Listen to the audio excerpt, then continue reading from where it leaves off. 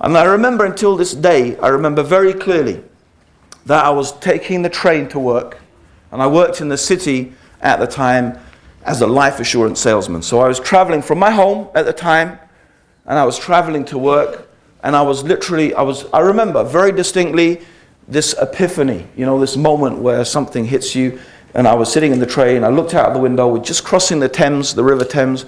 I looked back and I said to myself, if I have ever read a book that's from God, this is the one.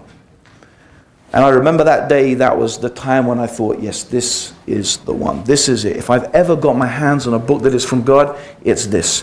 I remember that night, I went back home and I was thinking, okay, you know, I need to start praying. The Quran talks about prayer, but actually the Quran doesn't really tell you how to pray. It just says to pray. It gives you a few details. And, you know, I used to remember, okay, how did Ibrahim pray? Yeah, I remember he used to stand and bow and prostrate. And I didn't remember how much he used to do, but it used to take about 5-10 minutes, you know. So I went there and I would just do these things. And the Quran describes about washing your hands and washing your arms and your face. So I used to wash before I prayed. Each time, every time, you know. And this went on like this. I would pray in the morning, I'd pray in the evening, you know. I wasn't even sure how many times I was supposed to pray, because again, it's not actually detailed clearly in the Quran. So I was doing these things, and this went on for a couple of weeks. And then it happened that I had to go to a part of London I was not used to. And, you know, it was one of those things. I came out of the underground station, and I was supposed to turn left. I didn't turn left. I just happened to turn right. And I walked along, and there was a bookshop. And in the bookshop were all these books in Arabic and English, and they were about Islam, and they were about, you know, so I thought, oh, that looks, I have to come and have a look at that. So I went off to do what I had to do, went back the other way. And I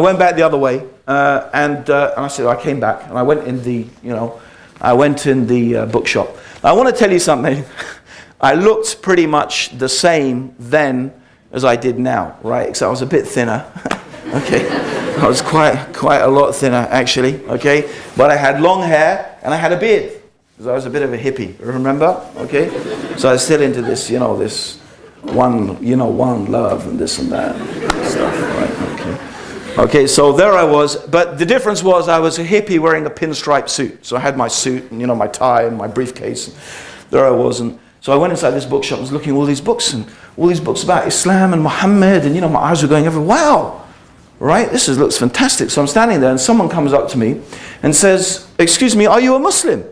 So I said, what do you mean Muslim? He said, I don't know about that. I tell you what. I believe there is only one God, which is Allah, and I believe Muhammad is the messenger of Allah. He said, you're a Muslim. I said, oh, thank you very much.